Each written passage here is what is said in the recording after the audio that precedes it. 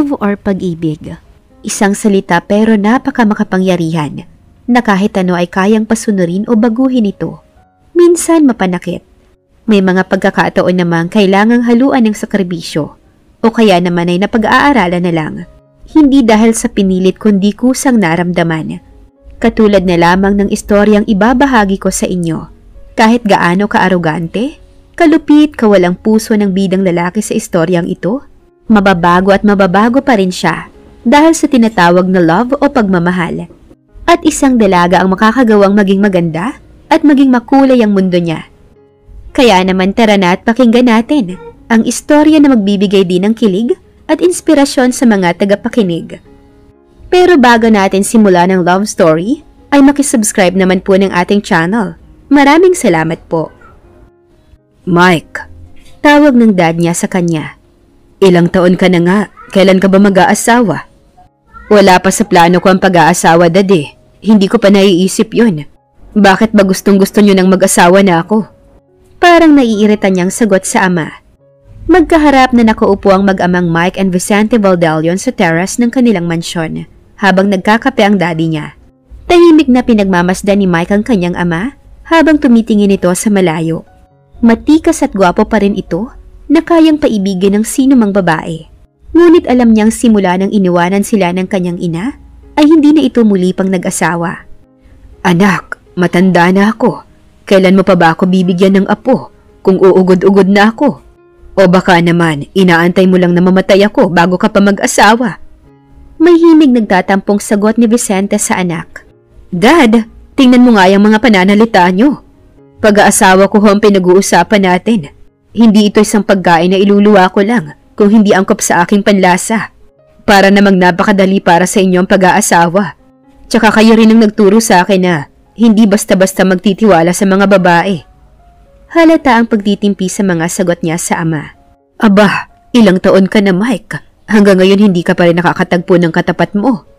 Oo, sinabi ko sa iyo na hindi agad-agad magtiwala sa mga babae dahil ayokong mangyari sa iyo ang nangyari sa akin.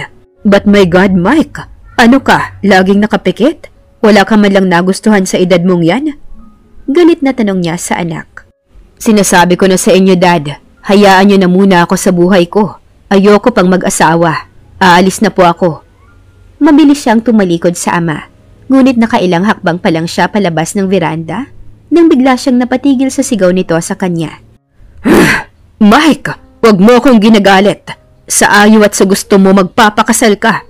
Bibigyan kita ng 1 buwan para ipakilala mo sa akin ang babaeng mapapangasawa mo. Dahil kung hindi, ako ang hahanap para sa iyo at hindi ka na pwedeng tumutol pa. Narinig niyang malakas na sigaw nito sa kanya. Kumuyom ang kamao. Pinilit ni Mike na iwaksi sa isipan niya ang sinabi ng kanyang ama. Sinusubukan niyang huwag magalit sa pakikialam nito sa personal niyang buhay. Padabog niyang isinara ang pinto ng sasakyan at mabilis na pinaharurot ito. Boss! Dito pa ako, boss! Napakamot na lang sa ulo ang driver habang tinitignan ng humarurot na papalayo ng sasakyan. Bakit kasi ang bagal kong kumilos? Yan tuloy na iwanan ako. Paninisi niya sa sarili. Samantala, nakaupo si Ella sa kanyang higaan nang marinig niyang malakas na katok mula sa pintuan ng kanyang inuupahang silid. Ella! Ano ka ba? Bingi! Buksan mo ang pinto! Kanina pa ako kumakatok. Opo, Aling Rosa. Andyan na. Teka lang, bubuksan ko na po. Hoy, babae ka! Ano ba ang nangyari sa'yo? At ang tagal-tagal mong buksan ng pinto, ha? May bala ka bang pagtaguan ako? Sigaw ni Aling Rosa nang mabuksan na niya ang pintuan. Bakit ko naman kayo pagtataguan, Aling Rosa? Wala naman akong kasalanan. Bakit po ba? May kailangan kayo? Magtatanong ka pa? Nakalimutan mo na ba? 2 buwan na ngayon, hindi ka pa rin nagbabayad ng renta mo sa bahay. Aba, hindi pwede yan. Kung wala kang pambayad, lumayas ka na. Naku po, Aling Rosa, maawa naman po kayo sa akin. Promise po, itong darating na linggo magbabayad na ako para sa 2 months delay ko. Bigyan niyo pa ho ako ng kaunting palugit. Makakasahod na ho ako ngayong darating na linggo. Ano? Sa darating pa na linggo? Aba, hindi pwede. Hindi na uubra sa akin ang mga paawa effect mo na yan. Binigyan na kita ng 2 buwan na palugit noong nakaraan. Tapos hihingi ka pa ulit sa akin ng extension? Ano ka, sinuswerte? Sige na po, Aling Rosa. Last na po ito. Wala na po kasi akong mahanap na mas mura pa na pwedeng maupahan maliban dito sa bahay niyo. Ay nako, Ella, tigil-tigilan mo ako sa kakadrama mo. Maghihintay ako hanggang mamayang gabi. Kung wala ka pa ring maibigay sa akin na bayad mamaya, huwag mo akong sisisihin sa pagpapalayas ko sa'yo. Wala akong pakialam kung saan ka pupunta. Aba, kailangan ko rin ng pera dahil marami rin akong binabayaran. Mayroong uupa bukas nitong kwarto mo at hindi ako nagbibiro, tandaan mo Ella. Pupulutin yung mga gamit mo sa labas ng bahay bukas kung wala ka pa ring ibabayad sa akin mamaya. Sabay talikod ni Aling Rosa. Napabuntong hininga na lang si Ella habang nakatingin sa likuran nang papalayong si Aling Rosa. Kinakailangan niyang humanap ngayon ng paraan kung saan hihiram ng pera para pambayad sa renta. Umupo siya sa kanyang higaan habang binubuklat ang laman ng wallet niya. Agad naman siyang nadismaya nang makitang 500 piso na lang ang natirang laman ng kanyang pitaka. Titipirin na lang niya ito hanggang sa umabot sa una niyang sahod bilang sales girl sa mall. Magdadalawang linggo pa lang kasi siyang nagtatrabaho doon. Ang unang sahod niya ay ngayong kinsenas at sa katapusan ng buwan. Ang problema niya ngayon ay kung saan siya hihiram ng pambayad sa renta ng bahay. Kilala pa naman niya si Aling Rosa sa pagiging tigre. Hindi niya pinapalampas ang mga borders niya na hindi nagbabayad on time. Sa 4 na buwan na pangungupahan niya dito, kilala na niya ang ugali nito. Talagang hindi ito nagbibiro na palayasin siya bukas kung wala siyang ibabayad mamaya. Maganda siya, matalino, palaban at loner, pero malalim kung magmahal. Let me say na siya yung tipo ng babae na sa kabila ng kanyang mga pinagdadaanan, hindi siya basta-basta sumusuko. Siya si Ella Sanchez. 10 taon pa lang siya nang mamatay ang mga magulang niya dahil sa isang aksidente. Simula noon, lola na lamang niya ang lagi niyang kasama. Sa kasamaang palad ilang buwan pagkatapos ng graduation niya sa high school, ito naman ang inatake sa puso. Naalala pa niya ang huling sinabi nito bago mamatay. Ella, alam kong hindi na ako magtatagal, kaya dapat lang na malaman mo ang tunay mong pagkatao. Apo, ipangako mo sa akin, kahit anong mangyari, hanapin mo ang tunay mong mga magulang. Laking gulat niya sa sinabi ng kanyang lola. Naguguluhan ho ako, lola. Sino ba ang tunay kong mga magulang? Di ba patay na po sila sa aksidente? Tanong ni Ella habang pinapahid ang luha na pinipigilan niyang lumabas sa kanyang mga mata. Totoo ang sinasabi ko, apo. Natagpuan ka lang ng nanay mo sa labas ng nasusunog na bahay ampunan. There was a stunned expression on her face. Hindi siya makapaniwala na sa loob ng 18 taon, matutuklasan niyang ampon lang pala siya ng mga itinuring niyang tunay na pamilya. Kung gayon, sino ang tunay niyang mga magulang? Bakit nila hinayaan na mawalay siya sa kanila? Bakit hindi nila siya hinanap? Gayong matagal na pala siyang nawawala. Paano niya mahanap kung sino ang tunay niyang mga magulang? Kung kahit na pangalan o address man lang ng mga ito ay wala siyang nalalaman. Sunod-sunod niyang tanong sa sarili. Pagkatapos ng ilibing ng kanyang lola, ay napagpasyahan niyang ibenta ang lahat ng mga natirang ari-arian na iniwan sa kanya ng kinilala niyang pamilya. Ang pera mula sa pagbebenta ng bahay at lupa ay binayad niya sa utang nila sa ospital at sa pagpapalibing. Ang natitirang pera ay napagdesisyonan niyang gamitin upang lumuwas ng Maynila para makahanap ng matinong trabaho. Isa yon sa pinakaunang hakbang niya upang makaipon ng pera sa kanyang pag-aaral at sa paghahanap ng tunay niyang pamilya. Teka, anong oras na pala? Oh my, malilate na ako sa trabaho. Tarantang sambit niya sa sarili. Napabilis ang kanyang pagpasok sa banyo upang maligo. Dali-dali siyang nagbihis ng kanyang uniform at lumabas ng inuupahan kahit hindi pa nagsusuklay. Mabuti na lang at 1 kilometro lang ang layo ng inuupahan niya papunta sa pinapasukan niyang mall. Binilisan niya ang paglalakad habang nagsusuklay ng kanyang buhok nang biglang, "Ay, kabayo!" Sigaw niya. Sa sobrang pagkagulat ay agad siyang tumilapon sa may gilid ng kanal. Buti na lang at hindi siya tumama sa mismong kanal dahil kung nagkataon ay papasok siya sa trabaho na may amoy kanal. Galit niyang tinignan kung sino ang walang modong bumangga sa kanya. Sino ba kasing walang Oh my gosh! Hindi na niya natapos ang gusto pa sana niyang sabihin nang mapatitig siya sa napakagwapong mukha ng lalaking nasa harapan niya. Ang perfect ng hugis ng mukha nito. Makapal ang kanyang kilay at mahaba ang pilik mata. Ang mga mata nito ay parang naglagay ng contact lens. Matangos ang kanyang ilong at ang kanyang maninipis na labi ay may natural na pula na lalong nagpadagdag sa kanyang kagwapuhan. Mayroon siyang divided chin, makisig at matapang na aura. Sa isang tingin pa lang ay masasabi mong siya na ang pinakagwapong nilalang na Adonis sa buong mundo. Hoy miss, sabi ko okay ka lang? Tapos ka na ba sa kakatitig sa mukha ko? O ano, satisfied ka ba sa kagwapuhan ko? Parang naiirita nitong tanong. Umarko pa itaas ang isang kilay ni Ella sa kanyang mga narinig. Oo, napakagwapo niya. Pero syempre hindi siya aamin. Agad na kasi siyang na-turn off sa kakapala ng mukha ng lalaking kaharap niya. At sinong nagsabi sa'yo na gwapo ka?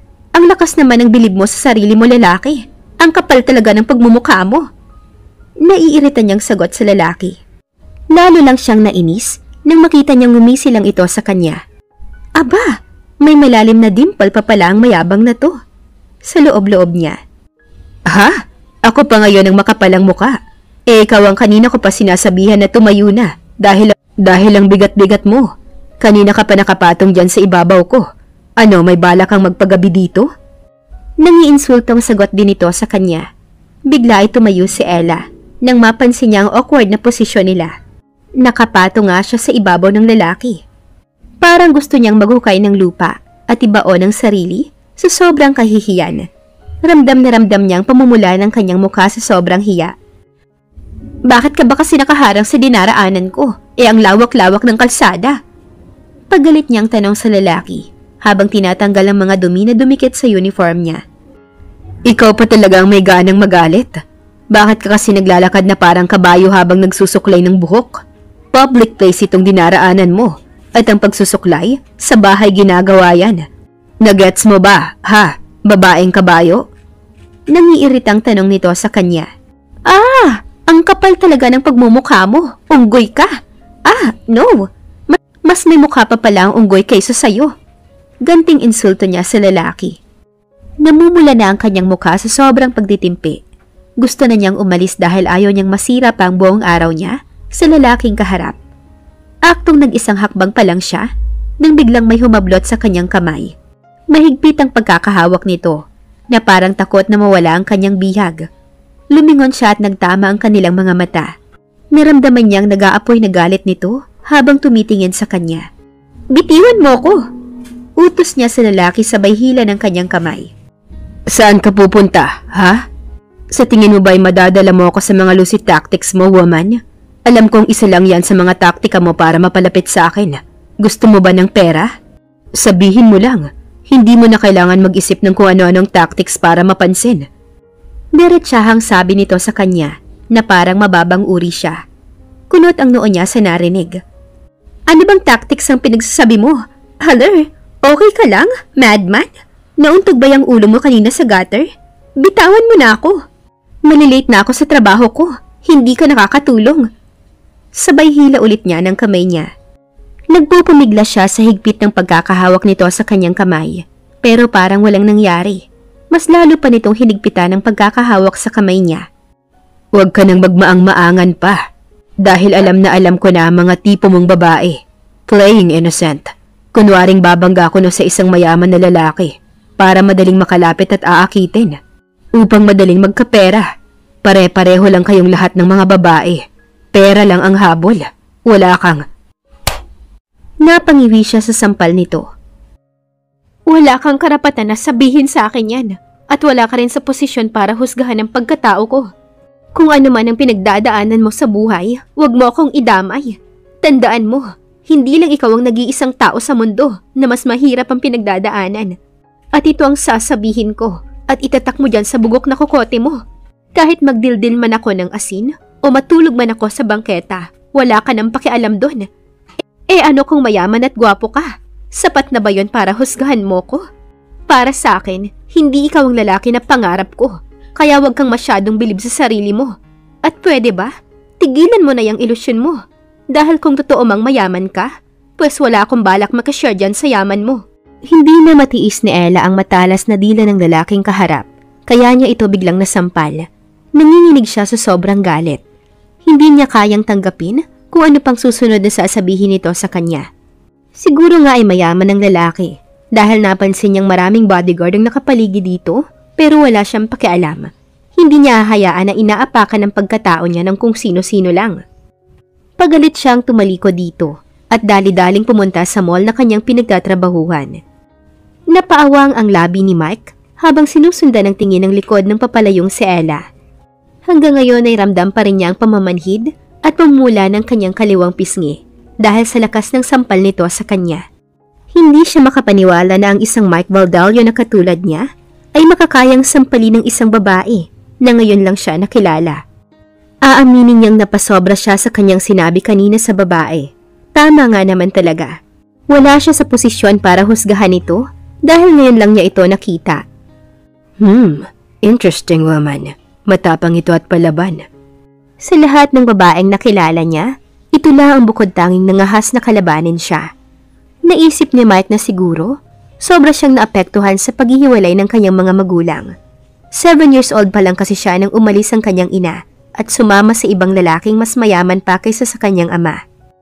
Simula noon ay lagi nang sinasabi ng kanyang ama na hindi basta-basta magtiwala sa mga babae dahil pera lang daw ang habol ng mga ito sa kanya.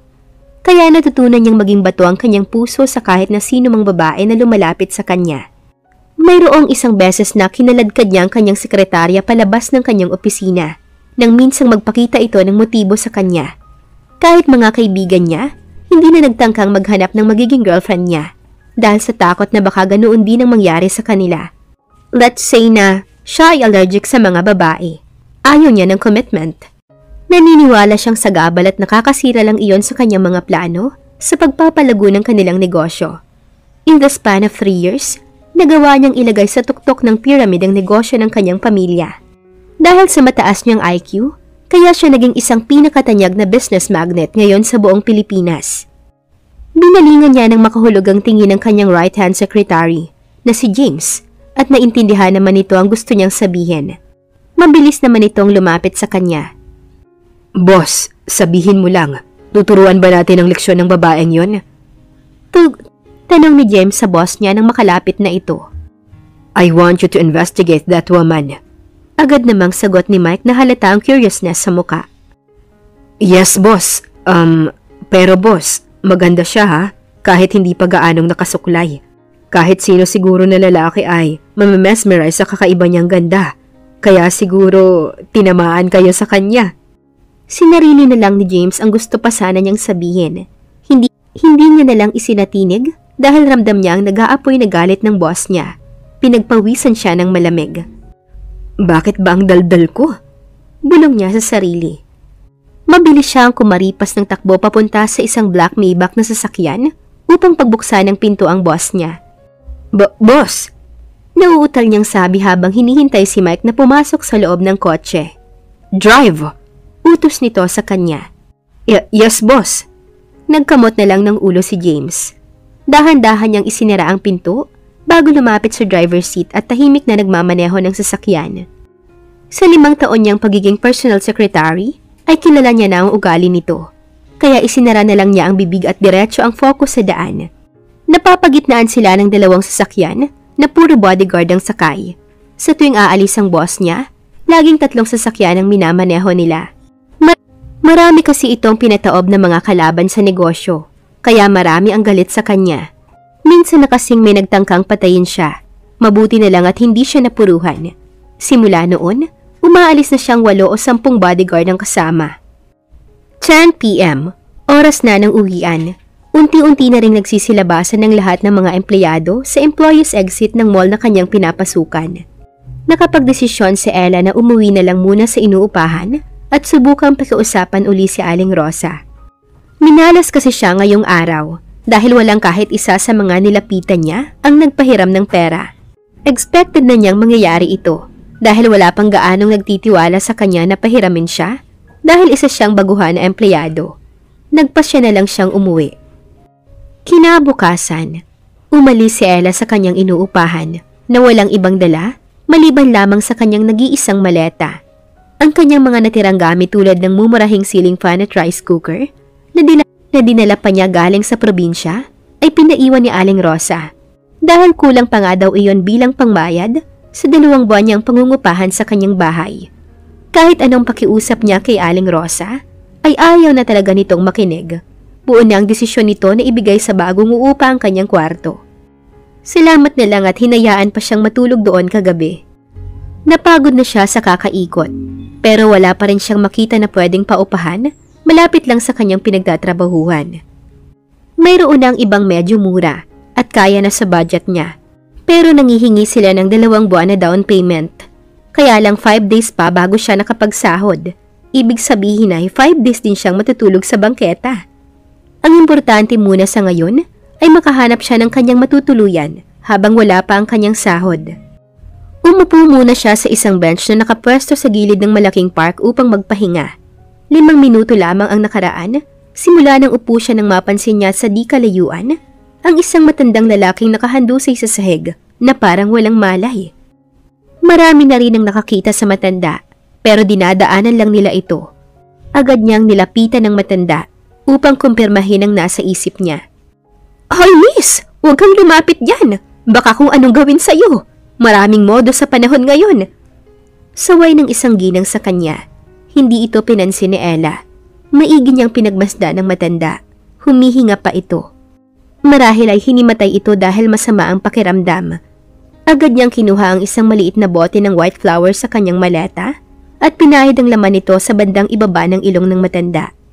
Di nagtagal ay nagkamalay na ito. Bigla pa itong nagulat nang makita siya. Dahan-dahan niya itong tinulungan na makatayo at inalalayan para umupo sa isang bench sa lilim ng punong kahoy. "Lolo, kumusta na po ang pakiramdam ninyo? At saka bakit po kayo nag-iisa? Wala po ba kayong ibang kasama?" Sunod-sunod niyang tanong sa matanda. Umiling-iling lang ang matanda habang titig na titig pa rin sa mukha niya. Nagtataka siya kung bakit mula pa noong nagkamalay ang matanda ay hindi na maalis ang tingin nito sa kanya at sa suot niyang kwintas. Hindi naman siguro ito magnanakaw, di ba? At saka mukhang mabait naman ang matanda. Pero bakit ang klase ng tingin niya para bang may inaalala? Sa loob-loob ni Ella. "Lolo, saan po ba kayo umuwi? Tulungan ko na po kayong maihatid sa sakayan. Saka sa susunod ho, pag umaalis kayo sa bahay ay kailangan po may kasama kayo. Baka anong mangyari sa inyo sa daan." Sabay tayo ni Ella ngunit hinawakan ng matanda ang kanyang kamay. "Maraming salamat sa tulong mo, Iya. Niligtas mo ang buhay ko. Kung hindi mo ako tinulungan ay baka natuluyan na ako. Bigla kasing nagdilim ang paningin ko kanina. Nakalimutan ko, umalis pala ako ng bahay nang hindi nakapag-almusal. Yan siguro ang dahilan kaya nagdilim ang paningin ko at bigla akong nawala ng malay." Mahinang sagot ng matanda sa kanya. "Naku, wala hong anuman lolo. Kahit ho sino gagawin din ang ginawa ko. Okay na po ba ngayon ang pakiramdam ninyo? Iyahatid ko na po kayo sa sakayan ng bus. Pagkatapos ko po kayong maihatid ay saka na rin ako maghahanda papasok ng trabaho ko." Speaking of trabaho, naghahanap din pala ako ng pwedeng paliguan. Yung maghuhulog ka lang ng 10 piso sa bote tapos nakaligo ka na. Sa loob-loob niya. "Huwag kang mag-alala, Iha. Magpapasundo na lang ako dito.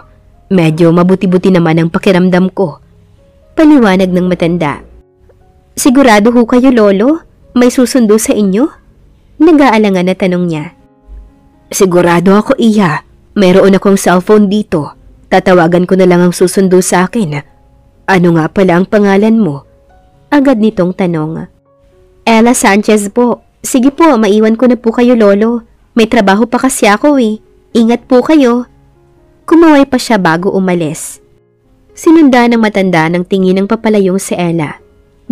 Bumuntong hininga siya habang kinukuha ang cellphone sa bulsa ng kanyang pantalon. Hinahanap niya ang numero ng kanilang butler, saka ito tinawagan. "Hello, Lucas. Magpadala ka ng driver para sunduin ako dito sa Forbes Park ngayon din." Ang barito ng utos ng matanda. "Yes, sir." Agad namang sagot sa kabilang linya. After 5 minutes, pumarada ang isang kulay itim na Bentley sa harapan ng matanda. Pumasok siya sa loob hawak-hawak ang isang lumang litrato.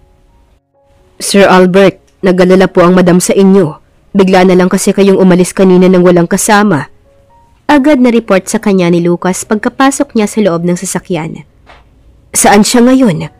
Nag-aalala na tanong din niya sa butler. Nasa Kansi Princess po siya ngayon. Iyak ng iyak. Kanina po kayo hinihintay. Agad na sagot ni Lucas. Ang Kansi Princess ay isa sa mga bahay bakasyonan nila dito sa Pilipinas at isa ito sa ipinamana niya sa kanyang nawawalang apo na si Cassie. Tumango siya at nilungon muli ang butler. Lucas, may lead na ba sa matagal ko nang pinaiimbestigahan sa'yo? Tumango ang butler. Pupunta mamaya sa mansyon ng private detective na pinagkatiwalaan kong mag-imbestiga, sir. Mayroon na daw siyang impormasyon tungkol kay Cassie. 1 linggo pa lang niyang hinawakan itong kaso, kaya expect na po natin na hindi pa ganoon kakumpleto ang impormasyon na nakalap niya. Ilang taon ko nang pinapahanap ang apo ko. Pang ilang private detective na ba yung kinuha mo? Are you sure you can trust him? Baka kukuha lang ulit yan ng pera, tapos mali-maling impormasyon na naman ang ibibigay. Katulad ng mga nauna mong kinuha. May himig pagdududa na tanong ni Albert kay Lucas. Siguradong sigurado na ako sa kanya ngayon, sir. Si Mr. Morris ay isa sa pinakamagaling na private detective sa buong Pilipinas, maging sa ibang bansa. Lahat ng hinahawakan niyang kaso ay nare-resolve niya ng mabilis. Kaya nang mabalitaan kong uuwi siya ng Pilipinas, ay agad ko siyang tinawagan at ipinagkatiwala ang paghahanap kay Cassie. Paliwanag ni Lucas. Okay, pero wag mo siyang iharap sa akin hanggat hindi pa kumpleto ang impormasyon na hinihingi ko sa kanya. Tsaka Lucas, idagdag mo sa iimbestigahan niya ang babaeng nagangalang Ella Sanchez. Gusto kong malaman ang lahat ng impormasyon tungkol sa pagkatao niya. Kung kailangang dagdagan mo ang bayad sa Mr. Morris na yan ay gawin mo. Seryosong utos ni Albert. Nagulat si Lucas sa inutos ng kanyang amo. Nagtataka siya kung anong meron sa Ella Sanchez na ito at bakit ito naisipang paimbestigahan. Hindi na siya nagtanong pa at agad na sumang-ayon sa kanyang amo. Sige po sir, sasabihin ko po sa kanya. Ano kaya ang malalaman ng matanda tungkol sa dalaga? Siya na kaya ang makakatulong dito? Abangan sa susunod na kabanata.